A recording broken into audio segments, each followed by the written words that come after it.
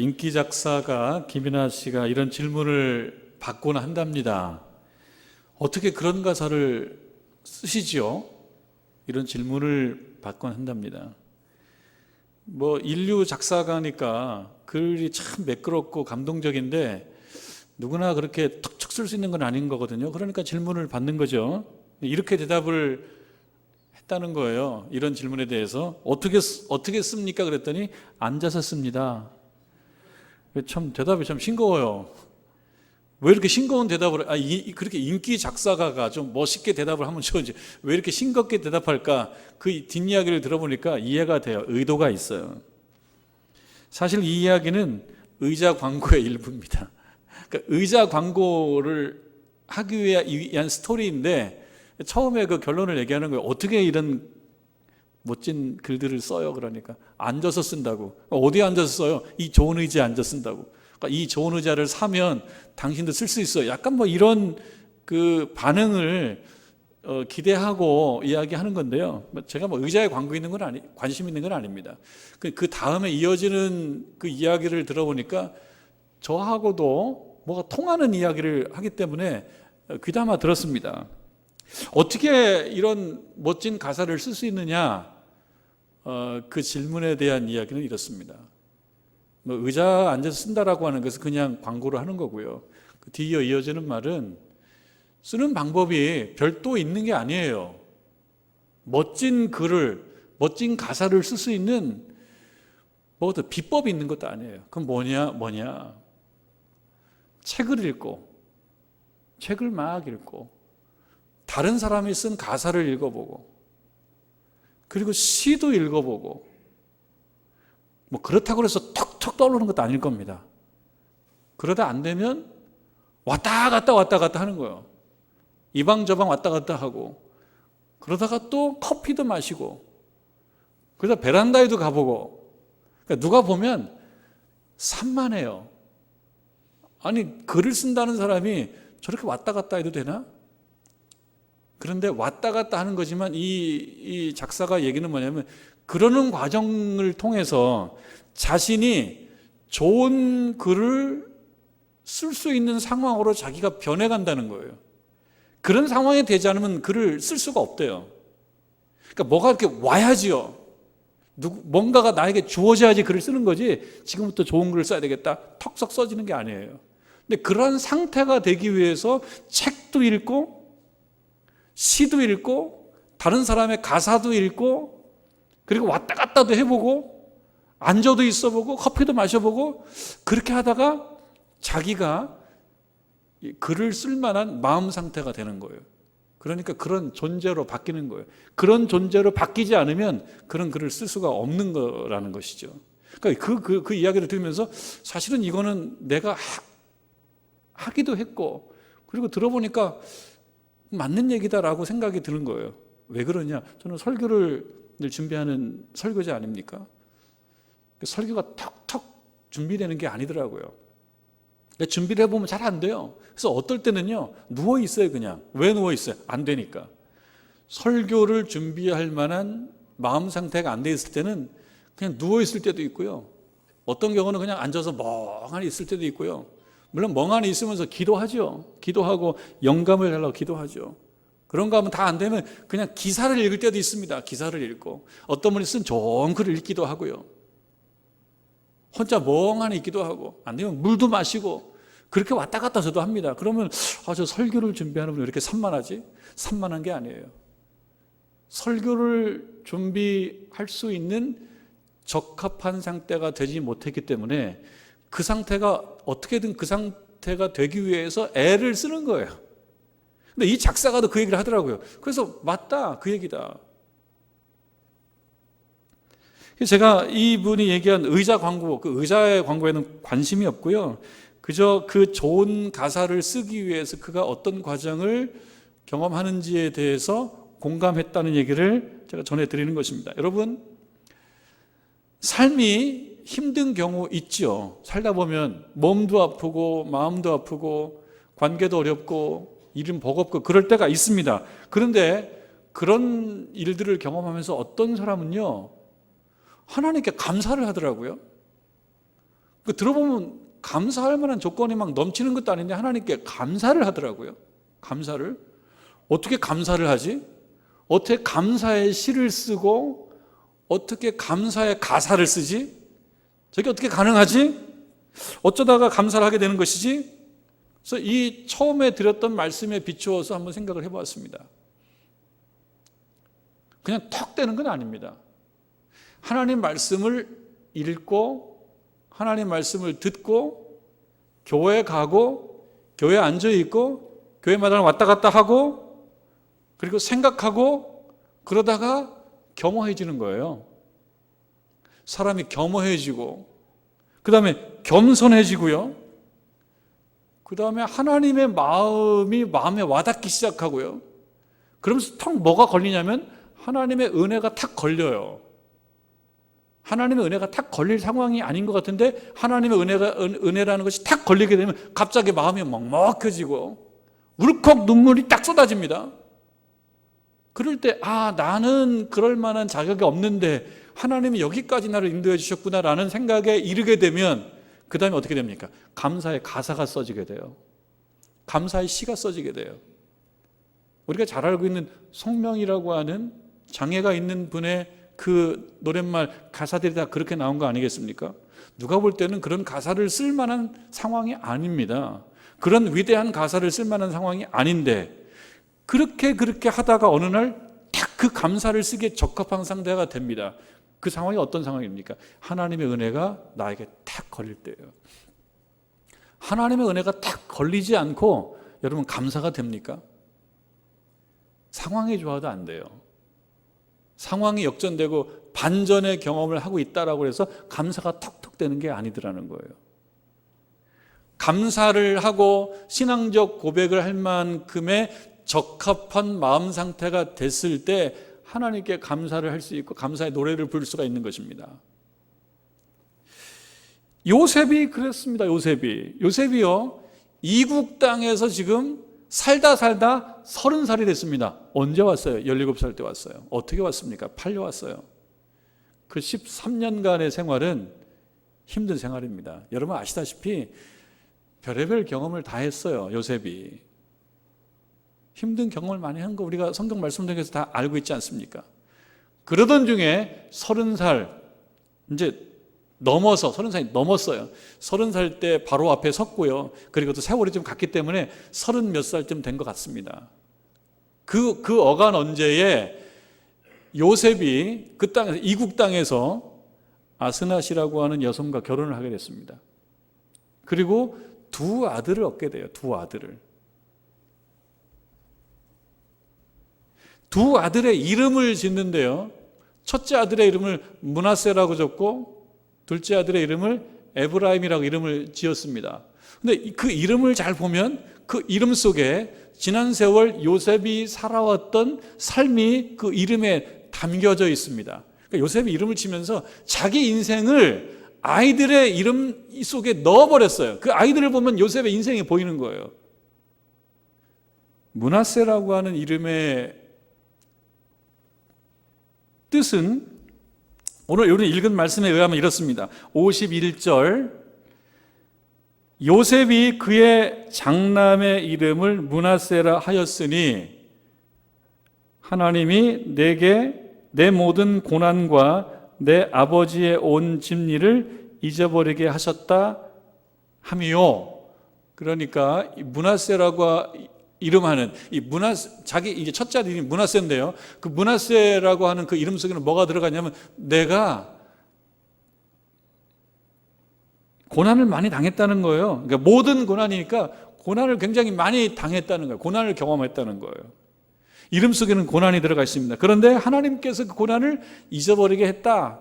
그래서 고난과 잊어버림이 들어가 있습니다. 두 번째 아들 이름은 에브라임이라고 이름을 줬거든요. 에브라임이라는 이름의 의미는 52절에 의하면 하나님이 나를 내가 수고한 땅에서 번성하게 하셨다. 이렇게 이름을 짓습니다. 그렇게 보면요, 이 두 아들의 이름 속에 담겨져 있는 그 의미는 두 차원으로 구별이 됩니다. 첫 번째 차원은 온갖 고난이에요. 51절에 내 모든 고난, 그리고 내 아버지의 온 집 일, 무슨 일? 막 그리워하는. 그러니까 마음 고생을 많이 한 거죠. 내 인생이 힘드니까 내 아버지의 집을 또 생각하게 되는 거예요. 그러니까 요셉의 삶 속에는 무엇이 있냐면 온갖 고난이 있고요, 그리움에 사무친 마음의 고통이 있어요. 그 이름, 그 내용이 요셉의 아들 이름 속에 들어가 있어요. 그리고 두 번째 아들 이름이 에브라임인데, 거기도 보면 내가 수고한 땅에서, 지금 어떤 땅에 살고 있는데요, 이 땅에 살고 있는 요셉 삶의 어떤 성격을 규정해 본다면 수고예요. 수고. 여기서의 요셉의 삶의 성격 특징, 수고. 수고는 뭐예요? 힘든 거죠. 힘든 거죠. 그러니까 요셉의 두 아들 이름 속에 담겨져 있는 요셉의 지난 13년 혹은 15년 그런 기간, 17살 때 왔고 30살 때 바로 앞에 섰으니까 어쨌든 13년 플러스 알파 아닙니까? 그 13년 이상의 그런 이국 땅, 타국 땅에서의 삶의 특징은 온갖 고난이요, 수고요, 그리움에 사무친 정신적인 어려움이요, 이런 것들이었습니다. 근데 이것만 있는 게 아니었던 거예요. 무엇이 있었냐면 역시 51절에 이것을 잊어버리게 하였다. 주어는요, 하나님이. 51절 두 번째 줄, 하나님이 잊어버리게 하셨다. 누가 잊어버려요? 잊어버리는 주체는 요셉인데요, 요셉이 잊어버릴 수 있도록 하신 분은 또 하나님이에요. 그러니까 잊어버림을 통해서 그 고난으로부터 벗어나올 수가 있었는데, 그 잊어버림의 수혜자는 그러니 요셉이고, 그렇게 만들어주신 분은 하나님이신 거를 요셉이 자신의 아들의 이름을 짓는 과정 속에서 고백하는 겁니다. 신앙 고백이죠. 신앙의 위대한 노랫말입니다. 두 번째 아들 이름이 에브라임인데, 내가 수고한 땅에서 번성하게 하셨다. 지금 요셉은 참 인생 역전을 경험하고 있는 거예요. 그 땅에서 정말 뭐라고 할까, 이방인이죠. 이방인으로서 최고 높은 곳에 올라갔어요. 가끔씩 여러 민족들이 혼합해서 살고 있는 나라들 보면 가끔 소수 민족으로 거기에 와서 높은 위치까지 올라간 사람들의 이야기들을 종종 대할 때가 있는데, 요셉이 그렇습니다. 이방인이에요. 히브리 민족, 히브리 사람으로서 팔려온, 마치 처음엔 종의 신분이었는데 점점 그렇게 올라간 거죠. 그래서 인생 역전을 경험한 거예요. 총리가 된 것입니다. 가장 높은 자리에 올라간 것입니다. 그 인생 역전을 이룬 거에 대한 공로를 요셉이 어떻게 설명하냐? 하나님이 이 땅에서 나를 번성케 하셨다. 번성한 사람은 누구? 요셉입니다. 근데 번성케 만들어주신 분은 하나님이시다. 내가 한 것이 아니다. 내 힘으로는 할 수 없었고 하나님이 하셨다. 그러니까 잊어버리게 하셨다, 번성케 하셨다라고 하는 것은 그건 무엇입니까? 하나님을 찬양하는 거죠. 하나님께 감사하는 거죠.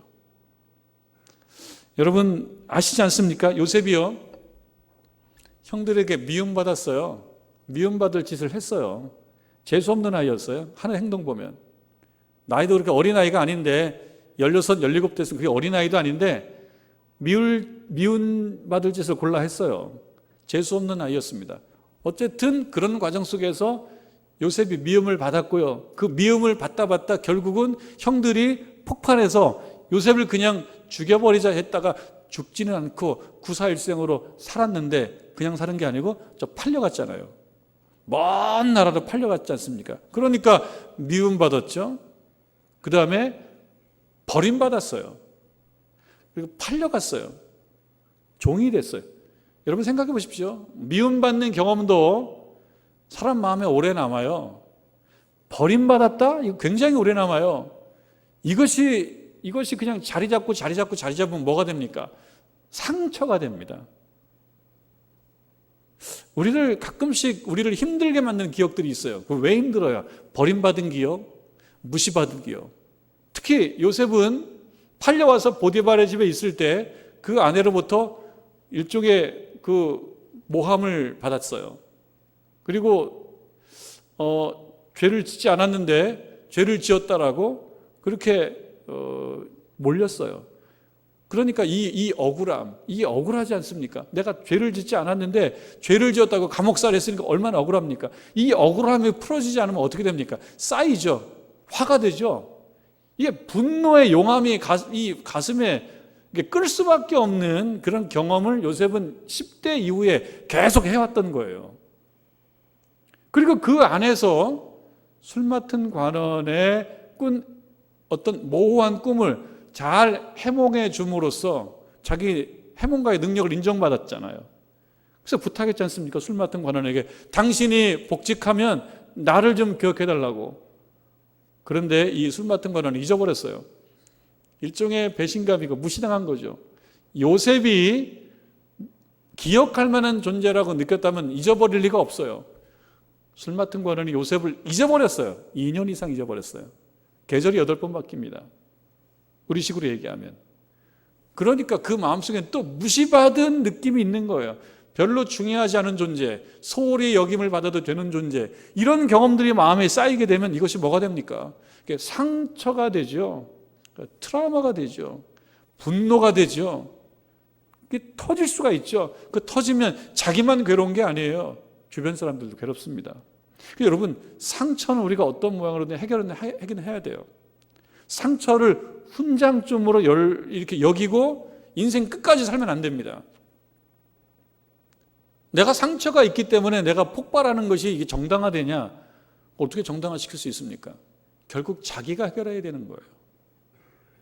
그리고 상처를 받았던 경험이 있기 때문에 나는 그냥 계속 피해자로 있는 게 아니라 어느 순간에는 상처를 보듬어 줄 수 있는 존재로 자기 자신을 바꿔가야 될 책임은 자기 자신에게 다 있는 것입니다. 정당화될 수는 없어요. 그러나 많은 사람들이 다 극복하는 건 아닙니다. 상처를 가지고 다 극복하는 것이 아닙니다. 극복을 못해서 그게 그 마음속에 분노의 용암이 끓어있으면 오늘 사회적인 문제도 될 수가 있어요.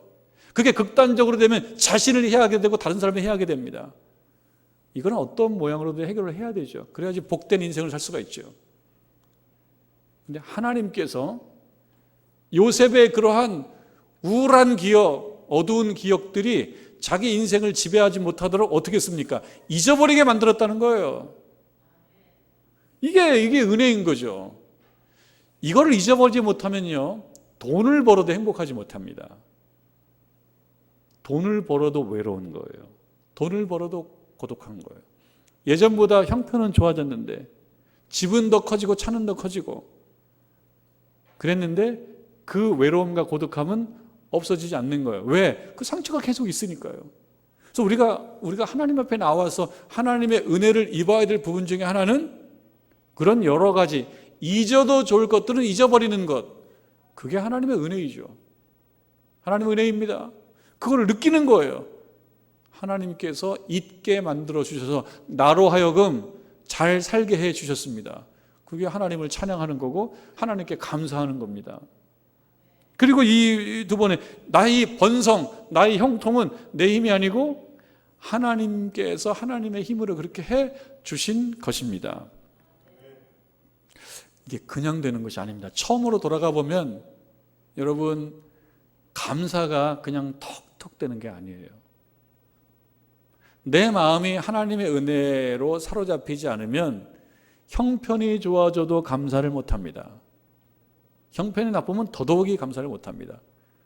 그러나 하나님의 말씀을 읽고 하나님의 말씀을 듣고 기도의 자리에 나아오고, 요셉이 그랬어요. 감옥에 있었지만 그는 기도의 자리를 계속 지켰고 하나님과 동행을 계속 해나갔던 거예요. 그러저러한 과정을 통해서 우리들도 어느 날 그런 마음이 되는 겁니다. 울컥한 거예요. 나는 그런 자격이 없는데 하나님께서 나를 그렇게 만들어 주셨다. 그런 위대한 신앙의 가사를 쓸 수 있는 겁니다. 아무 때나 그렇게 될 수 있는 것이 아니고 그렇게 적합한 존재로 내가 변해 있을 때. 노랫말을 쓰는 사람도 그런 상태가 되기 위해서 이렇게 저렇게 남의 책도 읽고 남의 가사도 읽고 누워도 있어보고 앉아도 있어보고 책도 읽어보고 커피도 마셔보고 빵도 먹어보고 그러는 과정 속에서 그런 좋은 글을 쓸 수 있는 상태로 본인이 변해져 있을 때 그런 글을 쓸 수 있듯이 신자들도 신앙의 위대한 가사, 감사의 노래를 쓰기 위해서 그저 턱 떼는 게 아닙니다. 하나님 말씀을 읽고 듣고 몸부림쳐보고 교회 마당을 거닐어보고 그 다음에 새벽을 깨워보고 그러는 과정 속에서 어른을 닦고 하나님의 은혜가 나에게 사무치게 느껴져요. 눈물이 왈칵 쏟아요. 하나님께서 나를 오늘 여기까지 오게 하셨구나. 하나님께 영광을 돌리게 됩니다. 그런 인생을 하나님을 찾는 거죠. 이준관 시인의 구부러진 길이라고 하는 시를 최근에 의미심장하게 읽었습니다. 말 자체가 벌써 뭔가 반전이 있을 것 같지 않습니까? 구부러진 길이 구부러졌다. 구부러졌다라는 것을 처음부터 좋다고 얘기할 수는 없는데요. 이 구부러진 길이라는 시를 읽어보면 구부러짐이라고 하는 것과 조음이라고 하는 것을 아주 절묘하게 엮어놔요. 사실 우리는요, 직선으로 가고 싶어져요. 너무 이렇게 인생에 헤매고 싶어지지 않잖아요. 어떤 목표에 빨리 가고 싶은 거죠. 내가 추구하는 목적과 목표가 있다 그러면 그거 빨리 이루고 싶은 것이 사실 아닙니까? 직선으로 가고 싶죠. 할 수 있으면 고속도로로 가고 싶죠. 구부러진 길은 불편합니다. 이 구부러진 길이 또 의미하는 바는 그렇게 쾌청하고 여유롭고 그런 건 아니에요. 구부러진 길이라는 말이 의미하는 것은. 근데 이 시를 읽으면서 마음에 와닿는 바가 많았는데 여러분 너무 짧은 시니까 한번 같이 한번 나눠보도록 하겠습니다. 그 내용이 이렇습니다. 구부러진 길, 나는 구부러진 길이 좋다. 구부러진 길을 가면 나비의 밥그릇 같은 민들레를 만날 수 있고 감자를 심는 사람을 만날 수 있다. 날이 저물면 울타리 너머로 밥 먹으라고 부르는 어머니의 목소리도 들을 수 있다. 구부러진 하천에 물고기가 많이 모여 살듯이 들꽃도 많이 피고 별도 많이 뜨는 구부러진 길은 산을 품고 마을을 품고 구불구불 간다. 그 구부러진 길처럼 살아온 사람이 나는 또한 좋다. 구부러진 길처럼 살아온 사람, 이거는 지금 얘기했던 것처럼 직선으로 가는 삶이 아닌 거죠. 어려움이 있는 삶이죠. 우리가 오늘 말씀을 통해서 본다 그러면 요셉이 그렇죠. 요셉이 구부러진 길을 살았던 거예요. 직선으로 간 거 아닙니다. 어렵게 살았던 거예요. 그 구부러진 길처럼 살아온 사람이 나는 또한 좋다. 반듯한 길 쉽게 살아온 사람보다 흙투성이 감자처럼 울퉁불퉁 살아온 사람의 구불구불 구부러진 삶이 좋다. 구부러진 주름살에 가족을 품고 이웃을 품고 가는 구부러진 길 같은 사람이 좋다. 시는 이렇게 되어 있습니다. 근데 읽으면서요, 이 시에 대해서 한번 시비를 걸 수도 있겠다 싶었습니다. 좀 시비를 걸 수도 있습니다. 어떤 의미에서 그렇습니까? 여러분, 구부러진 길 같은 인생을 살아온 사람 좋다 그러는데 여러분도 좋은가요? 다 그런 것 같지 않아요. 구부러진 길을 살아오면서 인생이 구부러져 버린 사람도 있어요. 생각도 굉장히 구부러지더라고. 그러니까 구부러진 길 같은 인생을 살아온 것 자체가 특권도 아니고요. 그 자체가 어떤 무슨 훌륭한 과정도 아니에요. 본인이 그렇게 살고 싶어서 사는 것도 아니고요. 냉정하고 현실적으로 보게 되면 구부러진 길 같은 인생을 살아왔다라 그래서 다 좋은 것도 아니고 훌륭한 것도 아닙니다. 그런 시비를 한번 걸어보는 겁니다. 근데 잘 보니까 이 시인도 그 안에 그런 구분을 사실 해놓고 있습니다. 구부러진 길은 산을 품고 마을을 품고 그리고 구불구불 간다. 그냥 구불구불 가는 게 아니라요, 구부러진 길을 보니까 거기에 산을 품고 있고요, 그 다음에 마을을 품고 있더라는 거죠. 뭐 구부러진 길은 잘못이 없습니다. 이 얘기는 누구 얘기입니까? 결국 사람들 얘기예요. 그래서 뒷부분에 이렇게 얘기합니다. 구부러진 주름살에 가족을 품고 이웃을 품고. 그러니까 이 말을 조금 더 이렇게 좀 분석적으로 생각을 해보면, 구부러진 길 같은 인생을 사는 사람이 많이 있어요, 주변에. 저도 그렇고 여러분도 그렇습니다. 여러분 인생은 그냥 직선으로 갔나요? 때때로 정말 한참 머무는 빨리빨리 가고 싶은데 한참 머물러서 거기에 지쳐서 쓰러졌던 그런 구부러진 상황들이 있었던 건 사실입니다. 근데 그런 길을 가는 과정 속에서 어떻게 되느냐, 이것도 품고 저것도 품을 수 있는 그런 상태가 되어서 그런 사람이 된다면, 그런 사람은 좋은 사람이 될 수가 있다.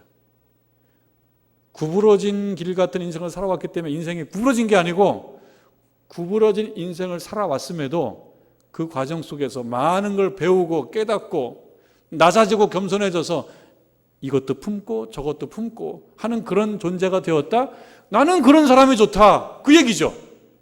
그런 사람이 좋다는 얘기지, 구부러진 길 같은 인생 그 자체가 좋은 건 아니에요.